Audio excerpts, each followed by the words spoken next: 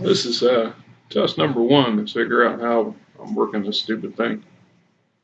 So I'm asking you, go into this GoFundMe program because it's kind of a last resort sort of thing. You know, it's hard to explain to people when your situation doesn't always go the way you'd like it to go. It's, well, humiliating, hurts your pride. Now I acknowledge that I screwed up royal, cost everybody I cared about a lot of things. In the process, I went to prison, spent almost 14 years incarcerated. Now, I'm not asking for your pity or your sympathy, just a little bit of empathy.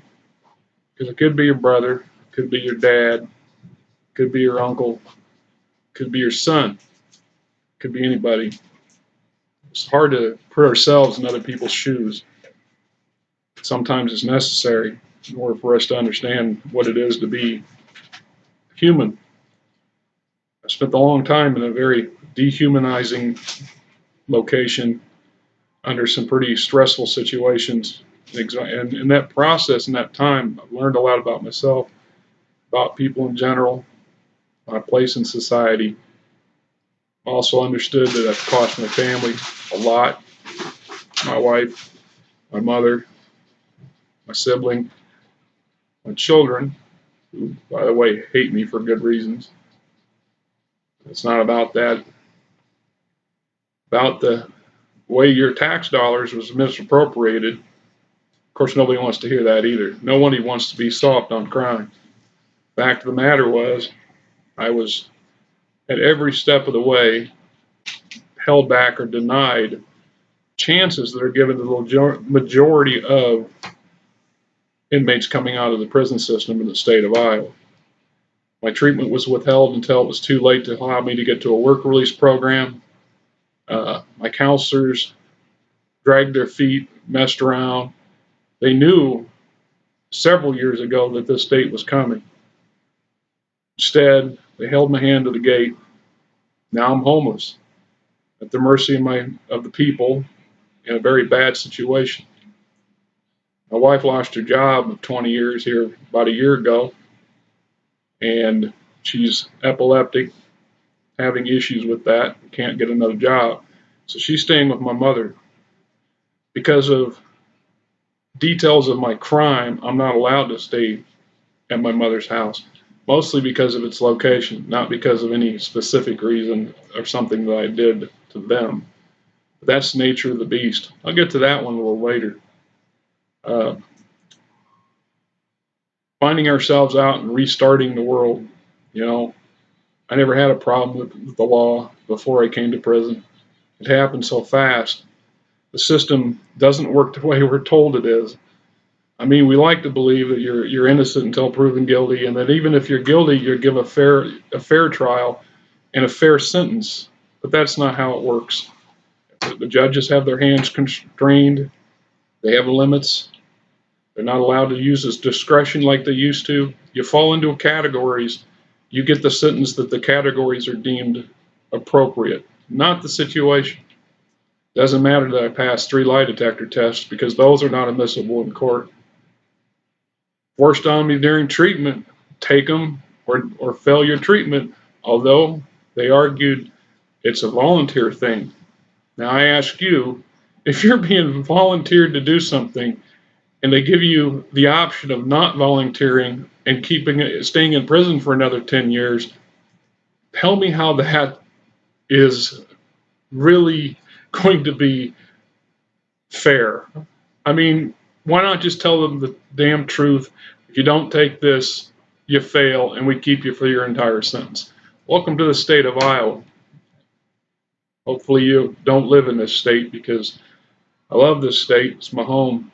Born here, raised here, gonna die here because my family's here. It's where I belong.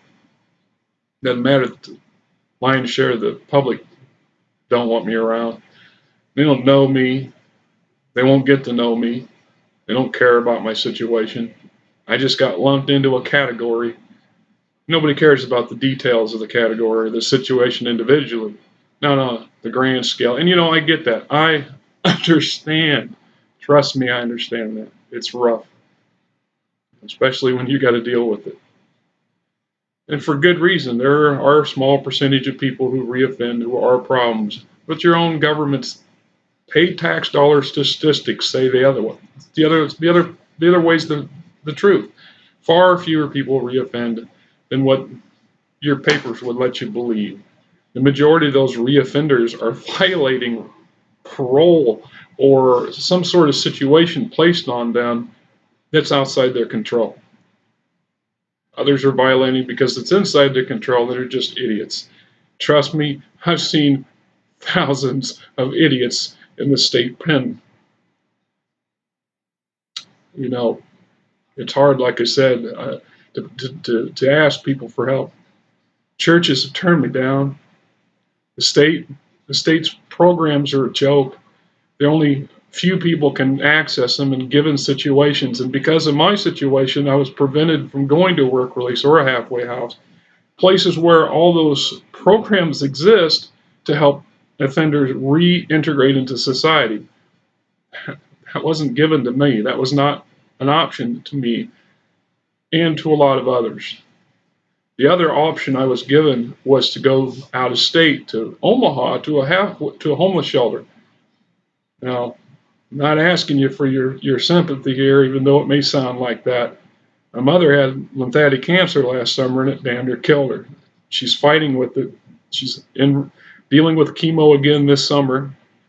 My sister lost her job, found a new one, was extremely stressed out. Father passed away 8-9 years ago. That's a bridge I can't ever rebuild. My wife lost her job, as I said, is dealing with medical problems of her own. You know, don't have a lot of the support I have are damn good support, but we're not wealthy people. And I'm fortunate I got some food stamps for a short time, trying to get my driver's license. Right now, we've stripped every dime we've got to pay for a hotel, so I don't violate the conditions of my release because of the situation that I'm under. You know, $319 for a week, $65-70 a day in a hotel for a man whose wages for the past 13 years was about $50 from state pay. A lot of extra options here. You know, we're out of this hotel on the 29th, and I'm homeless. Now my wife, she'll go back to my parents or my mom's house. Me, I'll be sleeping in a car someplace, trying to stay within the legal limit of what I'm constrained to do. I'm not going back to prison, not on something stupid. 50 years old yesterday. I'm college educated. Got to find a job. Things never quite the way we wanted to be, is it? I had a plan, and then a plan B, and a plan C. You know, each time I turn around, somebody kicks the knee out from one of the damn plans, and it keeps getting modified, and we try to adjust as best we can. You know, I've only been out of prison now less than a week, and I'm still trying to adjust to that. The life of the world moves at a different pace. Things are different out here than they are in prison. They don't expect you to understand that. I was there 13 and a half years, and I didn't understand it then either. Still don't to some degree. I mean, it took 9 years to save the money I have, about $1,400. Bought this laptop, paid for this hotel. My wife helped pay for this hotel. Food for the last week. Gas. I had to buy clothes. They let me out with just what I carried on my back. An old karate t-shirt, some lousy boots, and a pair of blue jeans that didn't fit. That's the state of Iowa's DOC. Good luck. You know, well, it's our responsibility. We didn't put ourselves in prison. It's not their job to make sure we get a fair chance at stepping out and starting off on life, at least on our feet. They threw me out on my back. I blame them altogether. They do what they do. Some of them will tell you that, oh, he had chances and we gave him options. And I ask you, what options? What options did they give me? Kept my treatment until the last minute. dragged out the treatment. Several of the guys in my program never even completed because they discharged before they finished. The group after me, over half their group is discharged before completing the program. How is that good for what the point of the system is supposed to do? Meanwhile, try to start from the bottom up. I'm below the bottom at the moment. I've got some support, and I'm damn grateful for it. I can't say that enough. But they do what they can do, and they can only do so much. I'm trying. I can't look for a job until I get a driver's license. Silly me. 15 years ago, 16 years ago, when I had to get my driver's license adjusted to get it for a chauffeur, I went in and I believe it was 1999. It took me an hour to get the test. It took me an hour waiting around the DMZ, and then another hour or two to get a schedule to actually make it to the test drive. Well, it's not that way now in Polk County. My God, there's so many people out there. It's booming. God bless America. God bless Iowa. It's awesome. At the same time, it's 30 days. 30 days before I can get a driver's test. I don't have 30 days worth of hotel room. I just don't. So I've called around to different DMCs, and we're going to travel partway across the state on the 30th because that's the earliest I could find one. I'm sure that there were some others, but I just couldn't get a hold of some of those DMZs. The phones just never, they were always busy, Just like the cell phone. My sister's given me a cell phone for a while, and I'm playing Mother May I figure this thing out, because it's something else. My old cell phone was pretty basic. This laptop, all kinds of stuff on it. It's nothing like the old one. It's a learning curve. I'll make that. I'll get there. What do you do? I'm not asking you for money for my sick family. I'm not asking you for money for some frivolous thing, at least not in my opinion anyway. Of course, not my opinion that matters here, is it?